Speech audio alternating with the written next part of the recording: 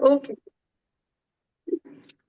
A very good afternoon and warm wishes to all of you.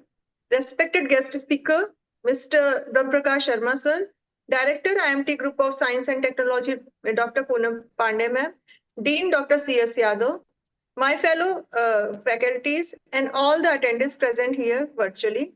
I, Mukta Tiwari, Assistant Professor, welcome all of you on today's guest lecture session on the topic Indian Education System. Uh, we feel honored and privileged to have Mr. Ramprakash Sharma sir as a resource person for today's session. Welcome, sir. So before we start, I would like to introduce our guest speaker to all of you. Mr. Ramprakash Sharma sir is uh, currently working as assistant professor in New Era College of Science and Technology, Ghaziabad. He has a vast experience of around 15 years. He has done his B.Ed from Amity Institute of Behavioral and Allied Sciences, Noida. He has done M.Ed from CCS University, Meerut. His UGC qualified in education, and currently he is doing PhD in education from University. He has has done 1 week military training course in Uttar Pradesh. He has also participated in District Kabaddi Championship organized by District Kabaddi Association, Gautam Budh Nagar, affiliated to UP Kabaddi Association. He has also participated in the late Bhagwal Singh Memorial District Men's Kabaddi Championship organized by District Kabaddi Association affiliated to UP Kabaddi Association. So I will not take too much time and I invite our resource person to start this session. Sir, over to you, sir. Sir. Good afternoon ma'am. सबसे पहले पूरे IIMT परिवार को बहुत बहुत बधाई कि आप लोगों ने हमें इनवाइट किया गेस्ट लेक्चर के लिए। आप सभी का बहुत बहुत आभार, बहुत बहुत शुक्रिया। आज हम जो बात करने वाले हैं वैदिक कालीन शिक्षा प्रणाली के ऊपर हमारा विचार विमर्श होगा कि वैदिक पीरियड में हमारी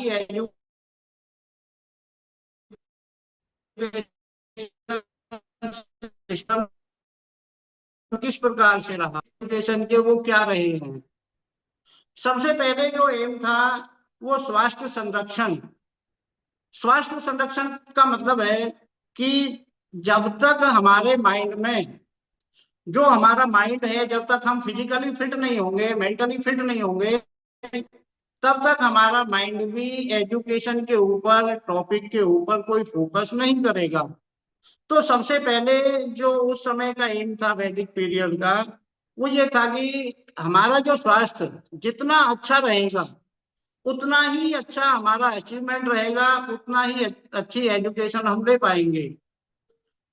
उसके बाद में हम बात करते हैं तो सामाजिक जो कर्तव्य हैं हमारे, उनका सामाजिक कर्तव्यों को जानने के लिए हमें सोसाइटी की संरचना के बारे में, स्ट्रक्चर के बारे में जानना बहुत ज्यादा जरूरी है कि जो हमारी सोसाइटी रहती है, जिस समय जो सोसाइटी एजुकेशन जैसी भी नीड चाहती है, उस एजुकेशन की नीड को, आवश्यकता को पूरा करने का कार्य है विद्यालय का आज के समय में। लेकिन वैदिक पीरियड की अगर विद्यालयों की हम बात करते हैं तो उस समय जो पूरी की पूरी एजुकेशन है वो गुरुकुल में पूरी की जाती थी। अब एजुकेशन को हम डिवाइड करें, सबसे पहले बात करेंगे हम फाइनेंस की। वैदिक पीरियड में जो फाइनेंस था, गुरुकुल में पूरी की पूरी एजुकेशन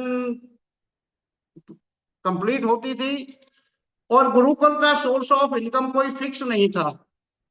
सोर्स ऑफ इनकम की बात करें तो 2-3 सोर्स थे गुरुकुल को संचालित करने के लिए, गुरुकुल का खर्च निकालने के लिए, गुरुकुल में जो भी खर्च होता था, चाहे चिकित्सा के ऊपर या भोजन के ऊपर या जो भी सारी चीजें नीड थी, सिर्फ आपका दान, दक्षिणा और भिक्षा। वैदिक पीरियड में दान की अगर बात करते हैं तो समाज के जो समृद्ध लोग रहते थे, धनी व्यक्ति, वो समय समय पर गुरुकुल के खर्च को पूरा करने के लिए दान देते रहते थे।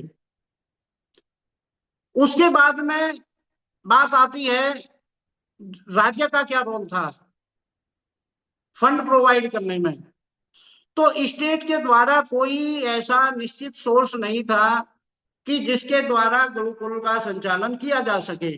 टाइम टू टाइम राजा की जो उस समय के रूलर रहते थे, उनकी इच्छा के ऊपर डिपेंड करता था कि कितनी फाइनेंस या कितना फंड गुरुकुल को देना है। लेकिन कोई निश्चित फिक्स ड्यूरेशन नहीं था उसका कि हमें इतने समय में इतना फंड देना है। जैसे आज के समय में जो फंड है गवर्नमेंट की, दो सेक्टर हैं आज के समय में भी जो एजुकेशन की आवश्यकता को पूरा कर रहे हैं, गवर्नमेंट सेक्टर और प्राइवेट सेक्टर। गवर्नमेंट सेक्टर जो जितने भी गवर्नमेंट स्कूल हैं, गवर्नमेंट कॉलेजेस हैं, गवर्नमेंट यूनिवर्सिटी हैं, उनको फंड जो प्रोवाइड करती है गवर्नमेंट करती है। और जो प्राइवेट सेक्टर के विद्यालय हैं उनमें फंड की जो व्यवस्था करती है, जो प्राइवेट या ट्यूशन फीस मान लीजिए, या प्राइवेट जो संस्थाएं हैं, एनजीओ हैं, वो प्रोवाइड करते हैं। लेकिन उस समय की अगर बात करते हैं, वैदिक पीरियड की बात करते हैं, तो सिर्फ और सिर्फ फंड जो प्रोवाइड किया जाता था गुरुकुल को, वो राजाओं की इच्छा के द्वारा या स्टूडेंट के द्वारा समय समय पर भिक्षा के लिए जाना होता था। उससे कुछ सोर्स आ जाता था और उस सोर्स के द्वारा ही गुरुकुल का संचालन होता था। अब बात करते हैं एजुकेशन के स्ट्रक्चर की। एजुकेशन का जो स्ट्रक्चर था वो दो पार्ट में डिवाइड थी उस समय की एजुकेशन। प्राइमरी एजुकेशन प्राथमिक शिक्षा और हायर एजुकेशन उच्च शिक्षा। प्राइमरी एजुकेशन की बात करें तो प्राइमरी एजुकेशन जो स्टार्ट होता था वैदिक पीरियड में, वो लगभग जब बालक की एज 5 ईयर या 5 वर्ष हो जाती थी, उस समय बालक का एजुकेशन स्टार्ट होता था। एजुकेशन स्टार्ट के समय में, उस समय क्योंकि कर्मकांड प्रधान एजुकेशन पॉलिसी ज्यादा थी, तो एजुकेशन सिस्टम ज्यादा था, पॉलिसी नहीं, एजुकेशन सिस्टम।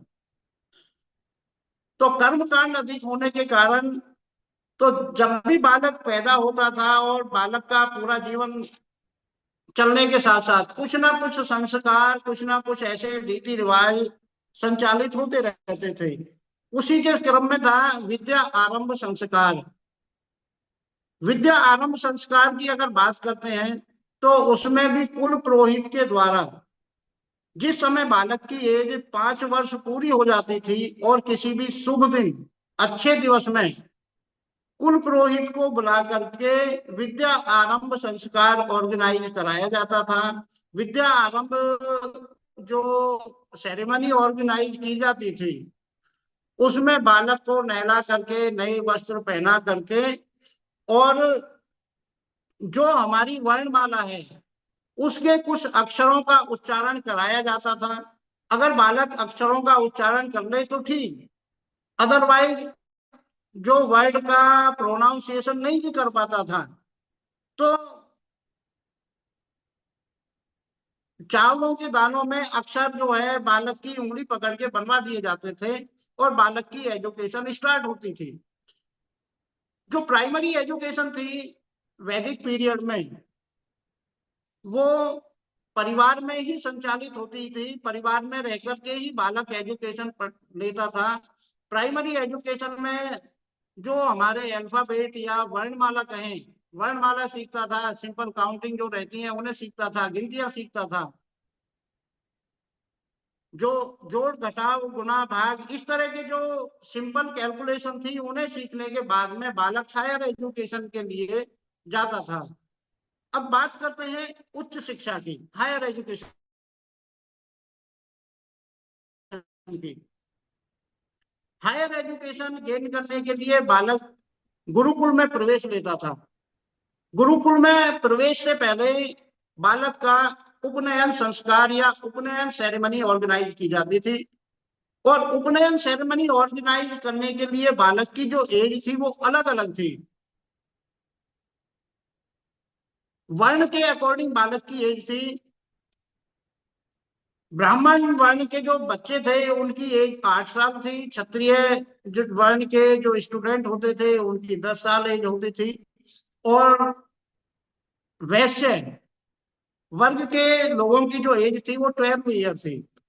कहने का मतलब ये है कि ब्राह्मण वर्ण के जो स्टूडेंट थे उनकी एज कम होती थी। उसका रीजन ये था कि घर में जो एनवायरनमेंट रहता था वो एजुकेशन का ज्यादा रहता था, तो बालक आसानी से कुछ चीजों को जल्दी सीख लेता था। जो चीज हमारे एनवायरनमेंट में रहती है उन चीजों का प्रभाव बालक के ऊपर निश्चित रूप से पड़ता है। तो घर में एजुकेशन का एनवायरनमेंट होने के कारण बालक जो ब्राह्मण वर्ण था उसकी एज सबसे कम डिसाइड थी, तो बालक आसानी से उसमें जाकर के एडजस्ट हो जाते थे गुरुकुल में। गुरुकुल के कुछ जब गुरुकुल में एडमिशन हो जाता था, एडमिशन के बाद में गुरुकुल के कुछ नियम रहते थे। उन रूल एंड रेगुलेशंस को बालक को फॉलो करना होता था और अपनी एजुकेशन पूरी करनी होती थी। हायर एजुकेशन की अगर बात करते हैं तो उसमें आपका वेद वेदांग उपनिषद, राज नियम, मिलिट्री एजुकेशन, आपका एग्रीकल्चर एजुकेशन, पशुपालन की शिक्षा, ये सारी एजुकेशन उस समय गेन करते थे बालक गुरुकुल में। और अपनी एजुकेशन पूरी करने के बाद में गुरुकुल की एक उपनयन समावर्तन समारोह का ऑर्गेनाइजेशन किया जाता था। समावर्तन समारोह की अगर बात करते हैं, जो प्रेजेंट टाइम में आप लोग सभी जानते हैं कन्वोकेशन होता है यूनिवर्सिटीज में, दीक्षांत समारोह कहते हैं जिसे। दीक्षांत समारोह या समावर्तन सेरेमनी इक्वल है वैदिक पीरियड की। जो आज के समय में दीक्षांत समारोह है और वैदिक पीरियड में समावर्तन समारोह था। समावर्तन समारोह में बालक अपनी एजुकेशन पूरी करता था और एजुकेशन पूरी करने के बाद में एक टेस्ट होता था। आज के समय में एजुकेशन में डिग्री प्राप्त करने के लिए एग्जामिनेशन सिस्टम से गुजरना होता है, लेकिन वैदिक पीरियड में कोई लिखित एग्जाम नहीं होता था। वैदिक पीरियड में जो एग्जाम होता था कि बालक की जो नॉलेज थी उसको टेस्ट किया जाता था क्वेश्चन आंसर के माध्यम से। एक्सपर्ट लोग बैठते थे, स्टूडेंट से प्रश्न पूछे और बच्चे उन आंसर क्वेश्चंस के आंसर देते थे। और आंसर देने के बाद में अगर टीचर सेटिस्फाई होते थे तो बालक को पास आउट कर दिया जाता था या फिर दोबारा स्टडी के लिए समय दिया जाता था।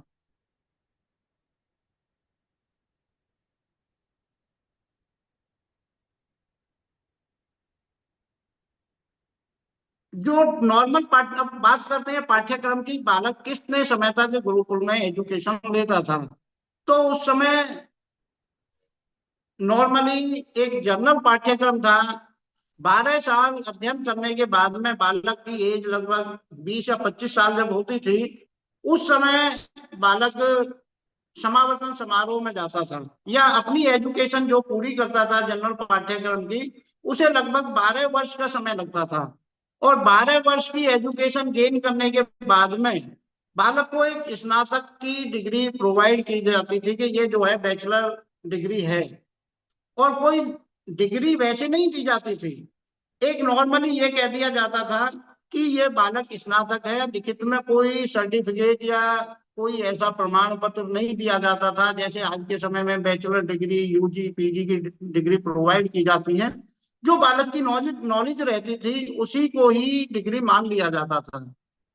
नॉर्मली स्नातक के बाद में भी आगे एजुकेशन चलती थी। एक वेद के अध्ययन करने के लिए स्नातक 2 वेदों की स्टडी करने के लिए जो टाइम लगता, टाइम ड्यूरेशन, एक वेद की स्टडी करने के लिए जो टाइम था वो लगभग 12 साल का समय लगता था एक वेद की स्टडी करने के लिए। हमारे 4 वेद थे, 4 वेदों की अध्ययन करने के लिए लगभग 48 ईयर्स का समय चाहिए होता था बच्चों को एजुकेशन पूरी करने के लिए। और उसी के अकॉर्डिंग जिसने जितने वेदों की स्टडी की है उसी के अकॉर्डिंग उन्हें डिग्री प्रोवाइड कर दी जाती थी।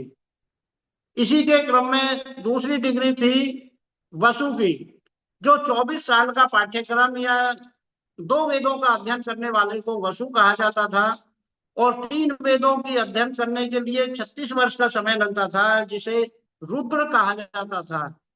और जो स्टूडेंट 4 वेदों की स्टडी करता था उसे आदित्य कहा जाता था। आदित्य की डिग्री लेने के लिए उसे 48 ईयर की स्टडी करनी होती थी, उसके बाद में उसे आदित्य कहा जाता था। इसके बाद में आगे चलते हैं, बात करते हैं आपका 2 पार्ट में हायर एजुकेशन भी डिवाइड थी, परा और अपरा। परा की बात करते हैं तो आध्यात्मिक एजुकेशन थी, और आध्यात्मिक एजुकेशन में बच्चे को वेद, वेदांग, उपनिषद की स्टडी करनी होती थी। और अपरा जो एजुकेशन थी उसमें जो हमारा भौतिक या फिजिकल डेवलपमेंट कहें या अपने सुख सुविधाओं के लिए कहें, वो एजुकेशन आ जाती थी, जिसमें आपका एग्रीकल्चर एजुकेशन है, पशुपालन है, रंगाई, कताई, बुनाई, मिलिट्री एजुकेशन। ये सारी एजुकेशन जो हमारी दैनिक जरूरतों को पूरा करती थी उसे कहते थे अपरा की शिक्षा। शिक्षा के माध्यम की अगर बात करते हैं तो वैदिक पीरियड में जो शिक्षा का माध्यम था वो संस्कृत भाषा था। संस्कृत भाषा में ही शिक्षा प्रोवाइड की जाती थी। अब बात करते हैं डिसिप्लिन की। डिसिप्लिन की बात करें तो गुरुकुल के कुछ रूल एंड रेगुलेशन होते थे जो बालक को फॉलो करने होते थे। आज जो डिसिप्लिन है उस समय का डिसिप्लिन से बिल्कुल अलग है। बच्चे नियमित रूप से सुबह उठना, गुरुकुल के कार्यों में हाथ बटाना, गुरु की आज्ञा का पालन करना, जो आपकी ये ड्रेस है बिल्कुल सिंपल कपड़े, ब्रह्मचर्य के वस्त्रों को पहनने का वो था, बिल्कुल सफेद वस्त्र धारण किए जाते थे। और जो ये परफ्यूम आदि इनका यूज नहीं किया जाता था, पूर्ण रूप से वर्जित था। परफ्यूम यूज नहीं कर सकते थे। और जो डांस है, म्यूजिक संबंधी जो क्लासें आज के समय में जो संचालित हैं, या म्यूजिक से एकदम से दूर रहना होता था। किसी तरह का कोई झूठ नहीं बोलना, सदा सत्य बोलना, अहिंसा का पालन करना, दूसरे की वस्तु को उठाकर नहीं लेकर आना, चोरी नहीं करना, ये सारी चीजें गुरुकुल के नियम थे और इन्हें बच्चों को पालन अनिवार्य रूप से पालन करना होता था।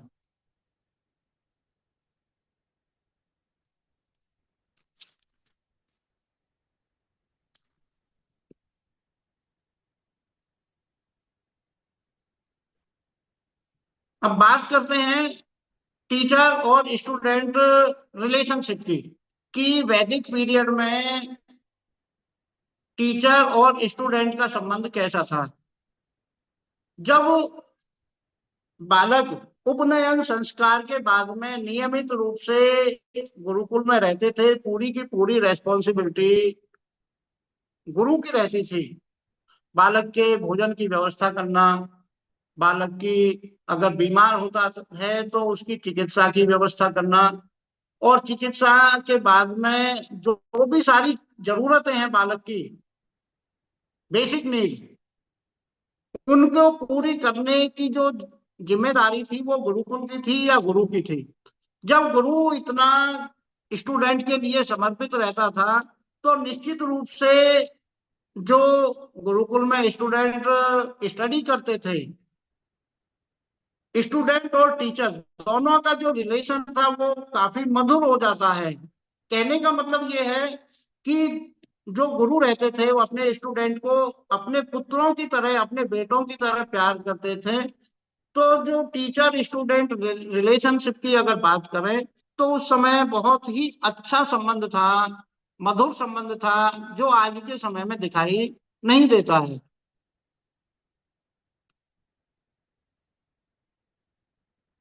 अब बात कर लेते हैं, उपनयन संस्कार में गुरुकुल में जब प्रवेश होता था, उस समय से ही बालक को ब्रह्मचर्य का पालन करना होता था। गुरुकुल के जो रूल एंड रेगुलेशन है वो फॉलो करने होते थे।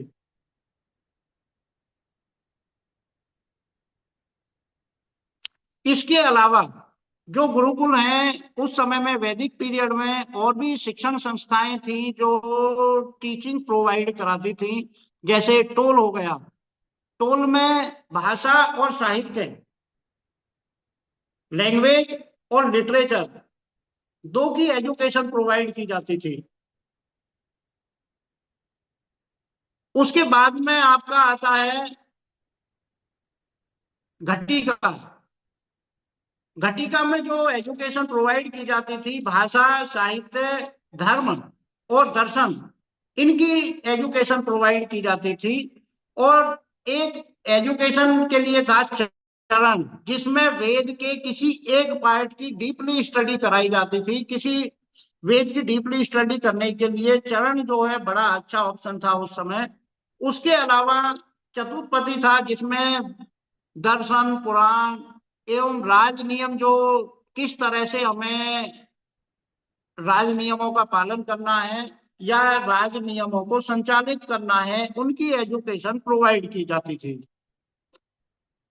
इसके अलावा जब बालक अपनी एजुकेशन गेन करके अपने समावर्तन समारोह के कुशल का पूर्वक संपन्न होने के बाद में घर चला जाता था, जब भी कभी बालक को आवश्यकता होती थी ज्ञान प्राप्त करने के लिए, तो ऋषि आश्रम थे। ऋषि आश्रम की अगर बात करें तो बिल्कुल एकांत स्थान पर, कहीं धार्मिक स्थानों पर जो स्टेब्लिश रहते थे, और किसी की कोई शंका होती थी तो ऋषि आश्रम में जाकर के अपनी जो शंकाओं का समाधान कर लेते थे। एक होती थी परिषद। परिषद की बात करें तो उसमें 10 मेंबर होते थे परिषद में। और परिषद में जो मेंबर होते थे, जो हमारे 4 वेद हैं उन वेदों के ज्ञाता होते थे, जो 3 शास्त्र हैं उनके ज्ञाता होते थे, एक ब्रह्मचर्य आश्रम से संबंधित एक्सपर्ट रहता था, एक आपका गृहस्थ आश्रम से, और एक वानप्रस्थ आश्रम से। ये 10 मेंबर होते थे और अपने अपने फील्ड के एक्सपर्ट होते थे। जब भी कोई किसी को शंका होती थी, किसी स्टूडेंट को या परिवार में रहने वाले किसी व्यक्ति को, तो आसानी से काउंसिल में जाकर के अपने क्वेश्चंस के सेटिस्फाई आंसर प्राप्त करके अपने ज्ञान की जो भूख थी उसको मिटा लेता था।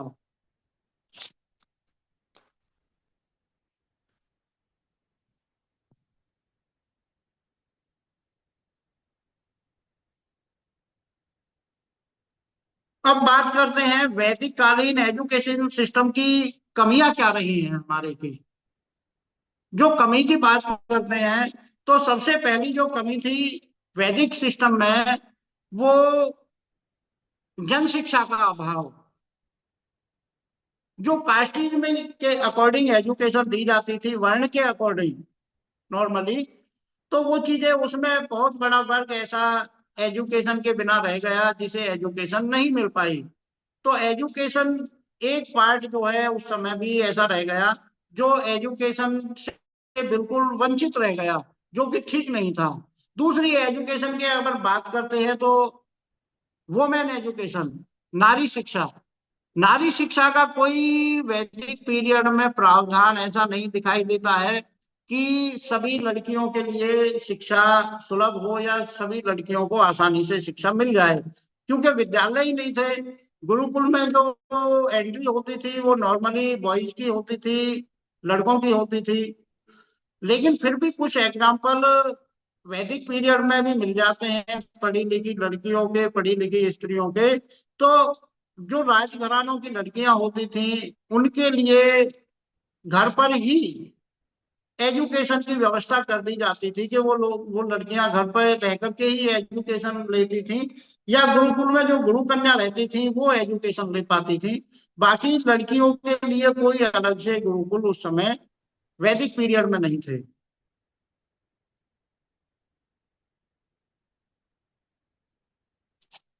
अब बात करते हैं जो वैदिक पीरियड की एजुकेशन थी, हमारे आज के समय की एजुकेशन के ऊपर क्या इफेक्ट रहा है, क्या प्रभाव पड़ा हमारी आज की एजुकेशन के ऊपर। जो हमारी आज की एजुकेशन है, जो वैदिक पीरियड में कुछ कमियां थी एजुकेशन सिस्टम की, गुरुकुल की, जैसे फंड की बहुत बड़ी कमी थी।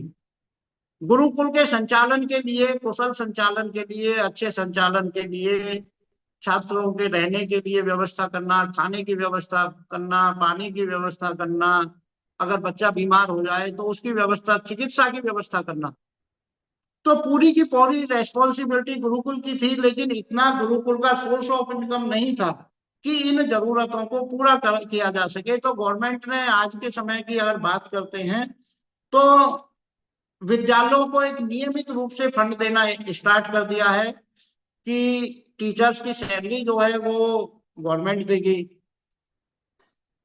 जो बिल्डिंग है या स्ट्रक्चर है विद्यालय का उसके लिए फंड गवर्नमेंट देगी। समय समय पर जो जिन जरूरतों की आवश्यकता है विद्यालय को, उनको पूरा करने के लिए गवर्नमेंट के द्वारा प्रयास किया जाता रहा है। दूसरी चीज है, जो हमारी वुमेन एजुकेशन पीछे रह गई थी, या कहें नारी शिक्षा जो पिछड़ गई थी, तो लड़कियों के लिए को एजुकेशन की व्यवस्था की गई है। को एजुकेशन के साथ साथ हमारा अलग से भी लड़कियों के लिए विद्यालय इस्टेब्लिश किए गए हैं, जो कि बहुत अच्छा प्रयास है सरकार का, सकारात्मक कदम है। उसके साथ साथ जो जन जन शिक्षा, मास एजुकेशन की कमी थी, उस कमी को पूरा करने के लिए सभी के लिए शिक्षा के समान अवसर दिए गए हैं। जो लोग शिक्षा से उस समय वंचित रह गए वैदिक पीरियड में, मध्यकाल में, उन्हें आगे लाने के लिए रिजर्वेशन भी दिया जाता है, ताकि कोई भी सोसाइटी में, समाज में कोई भी वर्ग वंचित ना रहे। और 2009 में राइट टू एजुकेशन, शिक्षा का अधिकार पारित करके सरकार के द्वारा सकारात्मक प्रयास किया जा रहा है कि सभी लोग, सभी बच्चे जो है प्राथमिक एजुकेशन तो कम से कम अपनी प्राथमिक और माध्यमिक शिक्षा शिक्षा पूरी करें।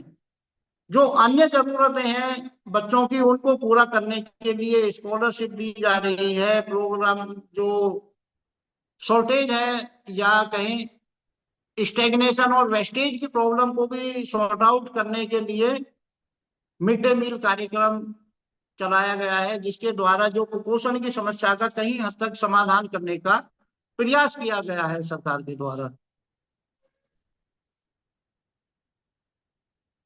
डिसिप्लिन की अगर बात करें प्रेजेंट टाइम में, तो वैदिक पीरियड के डिसिप्लिन से बिल्कुल अलग है। वैदिक पीरियड में गुरुकुल के discipline hard rule and regulation होते थे, जिन्हें वर्तमान समय में फॉलो करना बड़ा मुश्किल है। आज के समय में सेल्फ डिसिप्लिन की बात की जाती है, बच्चा स्वयं अनुशासित रहेगा। विद्या टीचर का कार्य एजुकेशन देने का है, और बच्चे जो है सेल्फ अपने आप में डिसिप्लिन में रहेंगे। टीचर के द्वारा किसी तरह का कोई पनिशमेंट की प्रावधान आज के समय में नहीं है। उसके द्वारा एक रीजन भी है, बहुत सारी बच्चे विद्यालय छोड़ जाते हैं, विद्यालय अपनी एजुकेशन बीच में छोड़ करके चले गए, पूरी नहीं की। तो इस चीज को ध्यान में रखते हुए टीचर का डर, अगर ज्यादा फिजिकली पनिशमेंट दे दिया तो बच्चे ने विद्यालय आना ही बंद कर दिया। तो इन चीजों को ध्यान में रखते हुए भी फिजिकल पनिशमेंट के ऊपर थोड़ा बैन किया गया है कि टीचर के द्वारा फिजिकल पनिशमेंट नहीं दिया जाना चाहिए। एक डिसिप्लिन की बात करते हैं तो सेल्फ डिसिप्लिन और टीचर से प्रेरणा लेकर के, जिस तरह से डिसिप्लिन में टीचर रहता है विद्यालय में, उसी तरह से बालक को भी अपेक्षा की जाती है कि टीचर के बिहेवियर से, व्यवहार से बालक कुछ ना कुछ सीखने का प्रयास करे। वैदिक पीरियड में जो कमी रही है, जैसे जो हमारे साइकोलॉजिकल टर्म है उनको यूज नहीं किया, ज्यादा से ज्यादा जो प्रयास रहा है रटने के ऊपर ज्यादा रहा है बालक का। लेकिन प्रेजेंट टाइम में बात करते हैं तो रटने की अपेक्षा समझने पर बल है बालक का, और एज के अकॉर्डिंग डिफिकल्टी लेवल बालक का बढ़ाया जाता है। जैसे जैसे बालक की एज बढ़ती है वैसे वैसे ही सब्जेक्ट का डिफिकल्टी लेवल बढ़ता चला जाता है। ऐसा नहीं है एकदम से ही धीरे, एकदम स्टार्टिंग से ही जो डिफिकल्टी लेवल है ज्यादा हो जाए। उस चीज को ध्यान में रखते हुए इन कमियों को, इंटरेस्ट की अगर बात करें, रुचि की, तो प्रेजेंट टाइम में जो बालक के इंटरेस्ट के ऊपर एजुकेशन दी जाती है, जिस फील्ड में जो बालक जाना चाहे उस फील्ड की एजुकेशन दी जाती है। जैसे कोई बालक मैनेजमेंट में जाना चाहे, इंजीनियरिंग में जाना चाहे, तो मिडिवल एजुकेशन के बाद में अगर हायर एजुकेशन गेन करनी है बालक को, तो उसके लिए अलग अलग क्षेत्र की एजुकेशन के लिए अलग अलग विद्यालय या महाविद्यालय खोल दिए गए हैं। मेडिकल के लिए अलग है, मैनेजमेंट के लिए अलग है, आपका इंजीनियरिंग के लिए अलग है, बीएड कॉलेज अलग है। किसी को एजुकेशन के फील्ड में जाना है तो बीएड, एमएड और उसके बाद में और एमफिल में, ये सारी चीजें अलग अलग से कॉलेज अलग अलग एजुकेशन के लिए इस्टेब्लिश कर दिए गए हैं, जो कि वैदिक पीरियड में ऐसा नहीं दिखाई देता है। प्रेजेंट टाइम में जो हमारी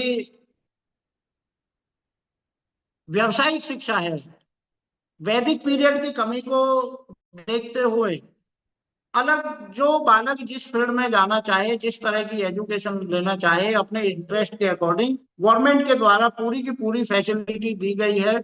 और जहां गवर्नमेंट सेक्टर कुछ कमियों को पूरा करने में पीछे रह गए हैं, तो प्राइवेट सेक्टर ने उस कमी को पूरा किया है। प्राइवेट सेक्टर के द्वारा भी या निजी प्रयासों के द्वारा भी एजुकेशन को आगे बढ़ाने का प्रयास किया गया है लोगों के द्वारा, जो कि बहुत बड़ा कार्य है।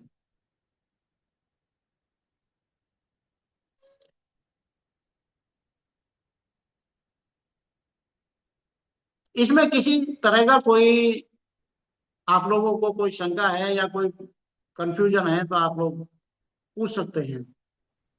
सर एक प्रश्न है। जी सर।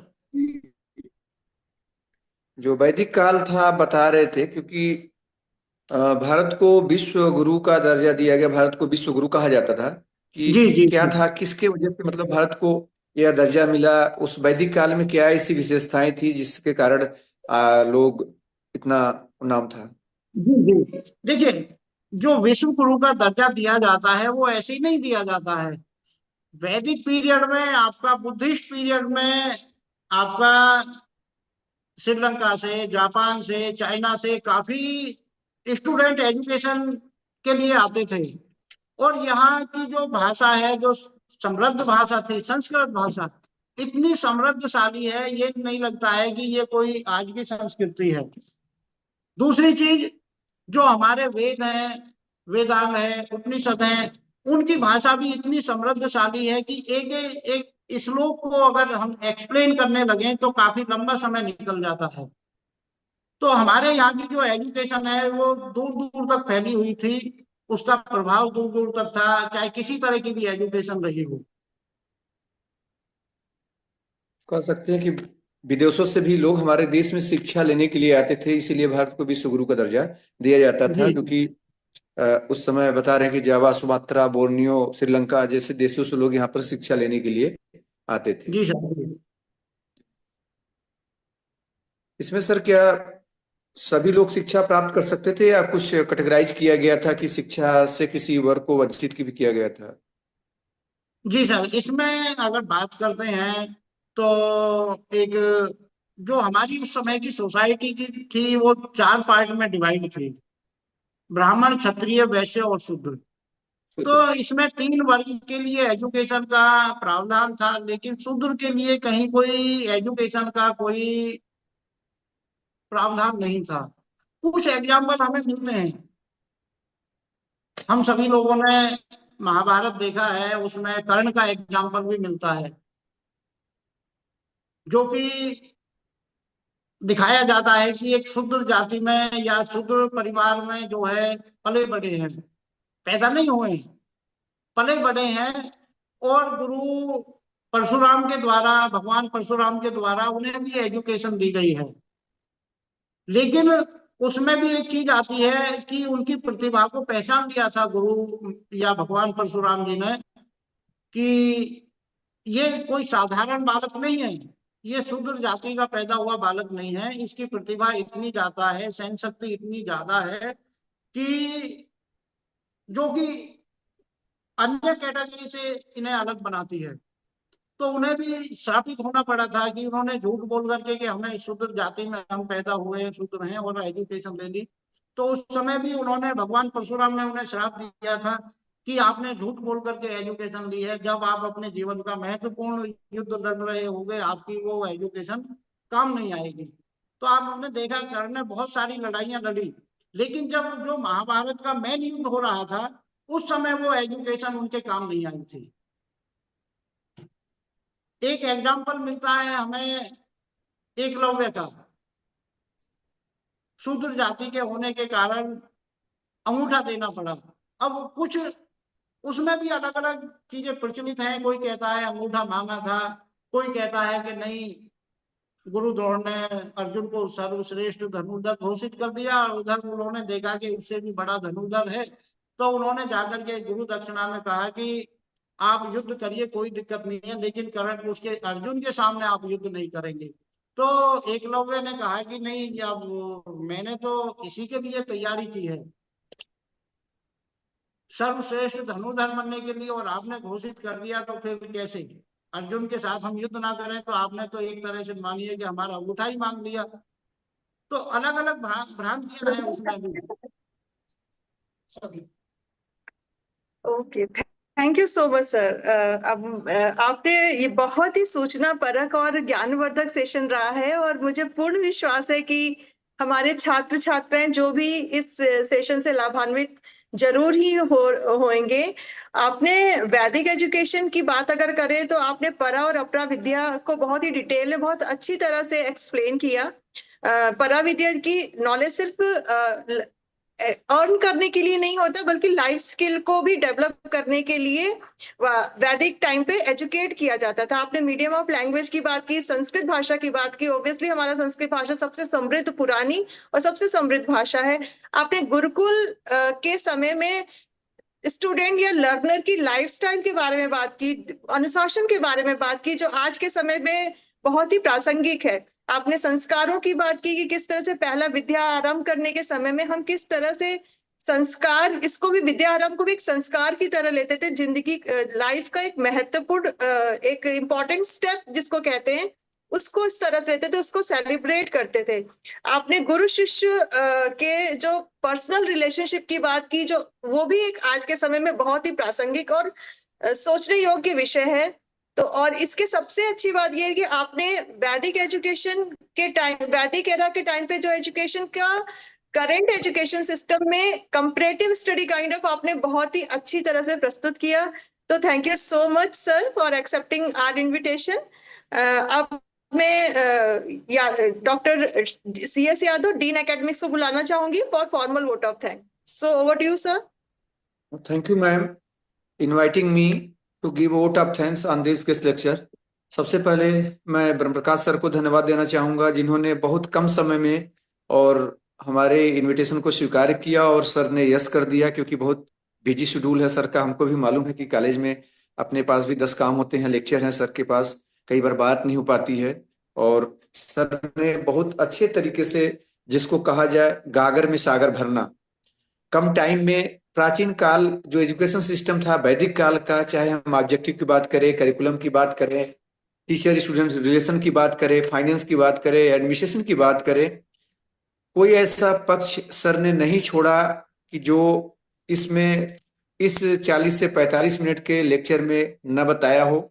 लगता है कि सर ने एक समराइज करके, अगर जो स्टूडेंट हमारे सुनेंगे, जो भी लिसनर होंगे, जो फर्स्ट यूनिट का फर्स्ट पार्ट है वैदिक एजुकेशन सिस्टम, कुछ ऐसा पार्ट सर ने नहीं छोड़ा। बहुत अच्छे तरीके से इसको, प्रभावित तरीके से सर ने बताया, जो बहुत इम्पॉर्टेंट और यूजफुल होगा हमारे स्टूडेंट के लिए और लिसनर के लिए। Thank you sir. आपने एक बार फिर से आपको मैं आदरणीय director MT college of science and technology Poonam ma'am को धन्यवाद देना चाहूंगा, जिन्होंने और हम लोगों को ये काम, इसके लिए विश्वास किया और हम लोगों को ये दिया। कोऑर्डिनेटर मेरी गीता मैम को भी धन्यवाद देना IIM चाहूंगा। परिवार को बहुत बहुत धन्यवाद, बहुत बहुत बधाई। आप लोगों ने बुला करके बहुत अच्छा महसूस कर रहा हूँ मैं भी कि आपने मुझे इस लायक समझा। आप सभी का बहुत बहुत धन्यवाद, पूरे जी सर, IIM के परिवार का आप धन्यवाद, बहुत बताएंगे कि थैंक यू। बहुत अच्छे तरीके से, क्योंकि हम 2 दिन पहले आपसे बात हुई और आपने तुरंत इनविटेशन को एक्सेप्ट किया। बहुत बड़ी चीज होती है कि कई बार होता है कि नहीं टाइम है, नहीं है, और आप, हमको मालूम है कि आप कितने बिजी पर्सन हैं, हम आपको समझ रहे हैं, उसके बाद भी किया, तो उसके लिए आपको कोटिसा धन्यवाद एक बार फिर से सर। ठीक है, और उससे उससे अच्छा रहा कि आपने इतने प्रभावशाली तरीके से जो टॉपिक था आपने उसको प्रेजेंट किया, जो कि लगता है कि कुछ ऐसा छोड़ा ही नहीं आपने कि अगर कोई देखे जो प्राचीन एजुकेशन सिस्टम है, क्योंकि हम मॉडर्न युग में जी रहे हैं, आधुनिक भारत में जी रहे हैं, हम ये सब आज का सिस्टम तो समझ रहे हैं कि राधा कृष्ण आयोग है, मुदालियर आयोग है, कोठारी आयोग है, एजुकेशन पॉलिसी है। ठीक है, लेकिन जो हमारी प्राचीन काल की सभ्यता है, संस्कृति है, कल्चर है, लगता है धीरे धीरे हम उससे दूर होते जा रहे हैं। एक तरीके से फिर से आपने उसको इतने अच्छे तरीके से प्रेजेंट किया सर, आपको फिर से धन्यवाद। ठीक है, मैं Thank you. Thank you so much, sir. With this note, I am Mukta Tiwari, sign off. Okay, thank you so much.